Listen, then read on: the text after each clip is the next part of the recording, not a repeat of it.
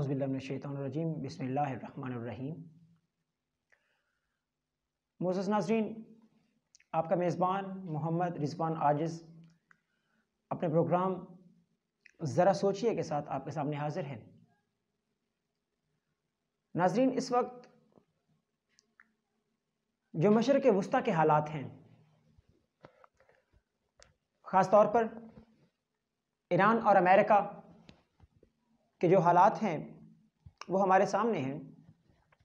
तकरीबन 3 जनवरी को, इसी महीने की 3 तारीख को, अमन के सबसे बड़े दाई अमेरिका ने इराक़ में एक फ़िज़ाई हमले में ईरान की अल-क़ुद्स फ़ोर्स के सरबराह कासिम सुलेमान को शहीद कर दिया था। तो ईरान ने उसी वक्त ये कसम उठाई थी कि हम बदला लेंगे और लाज़मन लेंगे। और जो रात अभी साबिक़ा रात गुजरी है, इस रात को ही ईरानी फोर्सेस ने यह साबित कर दिखाया कि हाँ, हम बदला ले सकते हैं। नाज़रीन, एक वक्त था जब पूरी आलम में 6 कुव्वतें ऐसी थीं जिनकी जो आर्मी है ख़ास तौर पर वो सबसे मजबूत आर्मी तस्वुर की जाती थी, जिनमें सरे फहरिस्त आपका अपना मुल्क पाकिस्तान, ईरान, लीबिया, इराक और तुर्की शामिल हैं। अमेरिका ने आहिस्ता आहिस्ता एक प्लान, मजबूत प्लान जो है वो तरतीब दिया कि कैसे इस्लामिक जो कंट्रीज़ हैं, इस्लामिक वर्ल्ड है, उनकी ये जो 6 ताकतें हैं, इनको कैसे कमज़ोर किया जा सकता है। तो इनको कमज़ोर करने के लिए ज़रूरी था कि इनकी आर्मीज़ जो हैं उनको कमज़ोर किया जाए। सबसे पहले आप देख सकते हैं सदर सद्दाम हुसैन, इराकी प्रेसिडेंट, उसको कमज़ोर किया गया। अवाम में एतमाद, जो अपनी हुकूमत के ऊपर एतमाद था, जो अपनी आर्मी के ऊपर एतमाद था, उसे ख़त्म किया गया। और बिलाखिर 2003 में एक स्याह तारीख इराक की तारीख में रकम की गई। उसके बाद 2011 में लीबिया का जो हाल हुआ वो हमारे सामने है। शाम के साथ जो किया गया वो हमारे सामने है। अभी तुर्की को हाल ही में 2015 में तकरीबन तुर्की की हुकूमत को और आर्मी को आपस में भिड़वा दिया और आर्मी में बगावत पैदा की। और ये सारा करा धरा जो है वो यूनाइटेड स्टेट ऑफ अमेरिका, जो अमन का इस वक्त सबसे बड़ा दाई बना फिरता है, तुर्की की आर्मी को, लेकिन वो बगावत नाकाम हुई और इस बगावत के नतीजे में तुर्की को तकरीबन 126 काबिल जर्नलों से हाथ धोना पड़े। आर्मी और अवाम के दरमियान जो रवाबित हैं वो कम हुए, एतमाद की जो फिजा है वो कम हुई। अभी उनका जो लॉन्ग टर्म, जो अभी ईरान की बारी है, वो ईरान के खिलाफ अपनी कार्रवाइयां जारी रखे हुए हैं। उनकी जो लॉन्ग टर्म, उनकी जो सोच है वो यकीनी तौर पर पाकिस्तान उनका टारगेट है। लेकिन मेरा मकसद ये बयान करना नहीं कि कैसे वो क्या कर रहे हैं, क्या नहीं हो रहा। मैं आज का जो मौजू है हमारा इस प्रोग्राम में, ज़रा सोचिए, आप ज़रा सोचिए कि काश इन 6 ममालिक की आर्मी एक साथ होती, एक साथ मिलके ये दुनिया में क्या नहीं कर सकते थे। काबिल तरीन आर्मी पाकिस्तान के पास थी, काबिल तरीन आर्मी तुर्की के पास है, काबिल तरीन आर्मी ईरान के पास, जो ईरान डायरेक्टली अमेरिका पर हमला कर सकता है। तो क्या आप सोच सकते हैं कि वो कमज़ोर है? जाहिर है पासदारान इनकलाब और जो अल-क़ुद्स फोर्स है आर्मी की, ईरान की, वो यकीनी तौर पर अपने अंदर जज्बा ईमानी और जिहाद की ताकत, जो जिहाद का जज्बा है, वो लिए फिरते हैं। बहरहाल आर्मी अमेरिका ने जनरल कासिम सुलेमान के ऊपर हमला किया और इस हमले में जनरल कासिम सुलेमान शहीद हो गए। तो ईरानी अवाम ने, ईरानी हुकूमत ने, ईरानी फोर्सेस ने एक कसम उठाई और इंतकाम का निशान, सुर्ख परचम लहरा दिया और ये कसम उठाई कि जब तक हम जनरल कासिम सुलेमान की शहादत का बदला नहीं लेते, हम चैन से नहीं बैठेंगे। और फिर दुनिया ने देखा, अक़वाम आलम ने देखा कि एक इस्लामी मुल्क जो पिछली कई दहाइयों से अमेरिका की बेजा पाबंदियों का शिकार चला आ रहा है। एक ऐसा मुल्क जिसकी करेंसी कई ममालिक से बहुत ज्यादा पीछे है। एक ऐसा मुल्क जिसके साथ हम इस्लामिक कंट्रीज होने के बावजूद हम ट्रेड नहीं करते अमेरिका के डर से।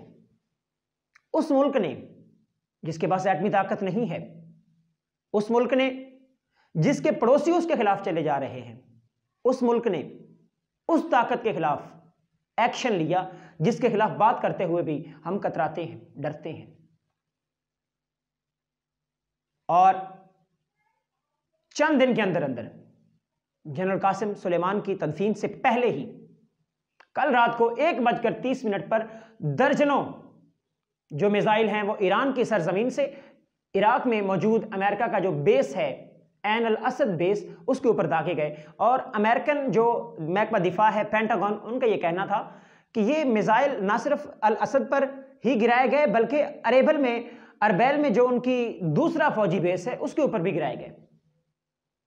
ईरानी मीडिया का और एक इस हवाले से इंटरनेशनल मीडिया जो उनका यह कहना है कि 80 के करीब अमरीकी दहशतगर्द जो हैं वो इसमें मारे गए हैं, जबकि जो पेंटागन है उनका यह कहना है कि अभी तक हम नुकसानात का अंदाजा लगा रहे हैं कि क्या नुकसान आया, कितना हुआ है। इस हमले के फौरन बाद जो हालात हैं वो यकीनी तौर पर हमें जंग की तरफ जाते नजर जरूर आ रहे हैं। लेकिन यहां पे एक बात मैं कहना जरूर चाहूंगा कि ईरानी हुकूमत ने यह जुर्रतमंदाना कदम उठा के फैसला करके न सिर्फ इस्लामी दुनिया का नाम ऊपर किया है बल्कि अपनी जो उनकी अवाम है, ईरान की जो कौम है, ईरानियों के आगे वो हुकूमत सुरखरू हो गई है। और उन्होंने ये साबित कर दिया है कि हम अमेरिका के खिलाफ ना सिर्फ लड़ सकते हैं बल्कि अटैक भी कर सकते हैं। और इसमें एक और बात काबिल जिक्र है, काबिल गौर है, वो ये कि ये हमला इनडायरेक्टली या प्रॉक्सी वार का नतीजा नहीं था, बल्कि जो ईरान ने ये अटैक किया वो डायरेक्ट अपनी सरजमीन से अमेरिका के जो बेस हैं, अड्डे हैं, वहां पे किया। इस वक्त अमेरिका के जो इराक में फौजी हैं उनकी तादाद तकरीबन 5,500 से 6,000 के दरमियान है। और मुख्तलिफ जो बेसिस हैं उनके ऊपर वो इस वक्त रह रहे हैं। ईरान ने इसके बाद ये भी ऐलान कर रखा है कि जो भी गल्फ कंट्रीज या जो भी अपनी सरजमीन इस्तेमाल करवाएंगी ईरान के खिलाफ, हम उनके खिलाफ भी एक्शन लेंगे। तो आने वाले वक्त में अभी देखना है कि क्या होता है। लेकिन यहां पे जो आखिरी बात मेरी नाक़िस अकल के मुताबिक वो ये है कि जिए तो गैरत के साथ जिए। ईरान ने यह साबित कर दिया और हम सब ये देख रहे हैं कि जो अमन का राग अलापता है अमेरिका, वो अमन का दाई नहीं है। वो जस्ट एक उसकी मुस्लिम जो कंट्रीज हैं, मुस्लिम कुव्वतें हैं, उनको आपस में मरवाने के लिए वो काम कर रहा है। अब देख ले, हम ये जनरल कासिम शहीद हुए हैं, तो उसके बाद शहीद होने के बाद पाकिस्तान में, पूरे वर्ल्ड में सुन्नी शिया की आपस में मुबाहिसे शुरू हो गए हैं। सुन्नी शिया को काफिर कह रहा है, काफिर जो शिया है वो सुन्नी को काफिर कह रहा है। लेकिन आप एक बात गौर से देखें, 2003 में जनरल सदर सद्दाम हुसैन वो शहीद किए गए, उनका मसलक आप देख लें क्या था। बाद में पाकिस्तान में एबटाबाद में आके उसामा बिन लादेन को शहीद किया गया, आप देख लें उनका मसलक क्या था। और आज जनरल कासिम सुलेमान को शहीद किया गया, अब उनका मसलक देख लें क्या है। 3 मुख्तलिफ शख्सियात, 3 मुख्तलिफ मसालिक से ताल्लुक रखने वाली, उन तीनों को शहीद किया गया। क्योंकि कुफ्फार की नज़र में, उन अक़वाम की नज़र में जो वो गोली चलाते हैं तो वो मुसलमान के खिलाफ चलाते हैं। वो ये नहीं देख रहे होते कि आगे जो शहीद हो रहा है, जिसको गोली लग रही है, वो शिया है, सुन्नी है, वहाबी है, देवबंदी है, अहले हदीस है, जो भी है। ये सिर्फ हम देखते हैं, वो ये नहीं देखते। उनकी नज़र में आप मुसलमान हैं, आप अल्लाह ताला की वादानियत पर यकीन रखने वाले हैं और आप रसूल अकरम सल्लल्लाहु अलैहि वसल्लम के ख़त्म नबूवत पर यकीन रखने वाले हैं। लेकिन हमारी नज़र में ये मसालिक बन चुके हैं और यही उनका सबसे कामयाब तरीन हथियार है, डिवाइड एंड रूल। और हम इस हथियार का निशाना बन चुके हैं, हम तकसीम हो चुके हैं और वो हमारे खिलाफ अपने जो एक्शन है, ये सलीबी जंगों की एक कड़ी है जो अब चल रही है और ये चलती जाएगी ऐसे ही। लेकिन हम समझेंगे, लेकिन तब जब बहुत देर हो चुकी होगी। आप आज इस्लामिक कंट्रीज गिन लें, दुनिया में कितनी 60 से ज़्यादा मुस्लिम ममालिक मौजूद हैं, लेकिन इसके बावजूद हम कश्मीर का दिफा नहीं कर सकते, हम फ़लस्तीन का दिफा नहीं कर सकते, इराक का दिफा हम नहीं कर पाए, अफगानिस्तान का हम दिफा नहीं कर पाए। शाम में क्या हालात हैं, यमन में क्या हालात हैं, हमारे सामने हैं।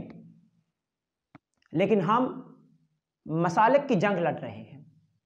हम इस्लाम की जंग नहीं लड़ते, हम मसालिक की जंग लड़ते हैं। हमें मसालिक से ऊपर आकर एज अ मुस्लिम ये सोचना होगा कि कौन सी गलती है जो हम कर रहे हैं, वो कौन सी गलती है जो हमसे सरजद हो रही है बार बार, जिसकी वजह से हम दुनिया में सुरखरू होने की बजाय जिल्लत की गहराइयों में गिरते जा रहे हैं। अभी ये कल जो वाकया हुआ आज, और ये 3-4 दिन से जो क्लैश जारी है ईरान और अमेरिका के दरमियान, इसमें आप देख सकते हैं कि इस हमले के फौरन बाद जो एशिया की स्टॉक मार्केट है, जितनी भी कंट्रीज हैं एशिया की, वो एकदम डाउन हो गई, गिर गई हैं। जो इन्वेस्टर्स हैं मुख्तलिफ ममालिक में इन्वेस्टमेंट कर रखी है, उन्होंने अपनी इन्वेस्टमेंट निकाल के जापानीज येन और गोल्ड में अपनी इन्वेस्टमेंट जो है वो डालनी शुरू कर दी है, जिससे उनका रेट ज़ाहिरी तौर पर इजाफा हुआ है उसके रेट में।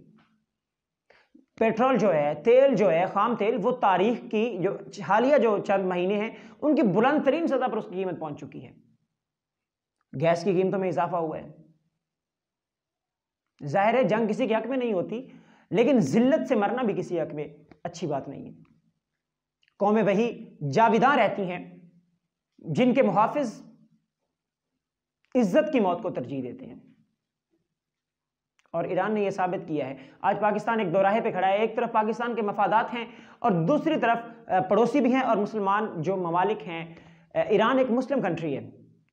मफादात से मुराद आप देख लें कि पाकिस्तान के ताल्लुकात सऊदी अरब के साथ, गल्फ कंट्रीज के साथ, उनके साथ काफ़ी अच्छे ताल्लुकात हैं, अमेरिका के साथ भी ताल्लुक है, और पाकिस्तान बादल नाख्वास्ता अमेरिका का इत्तेहादी भी है।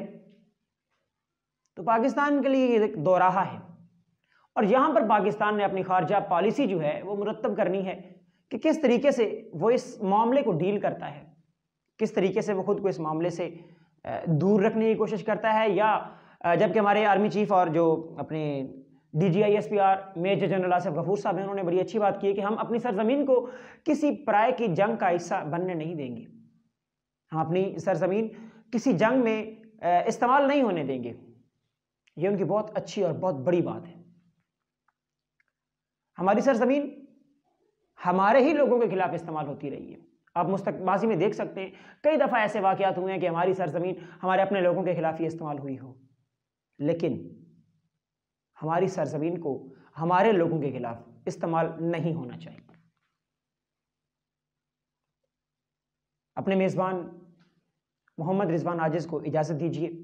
इंशाअल्लाह बहुत जल्द नई किस्त के साथ, नई एपिसोड के साथ आपके सामने हाजिर होंगे। अल्लाह हाफिज़।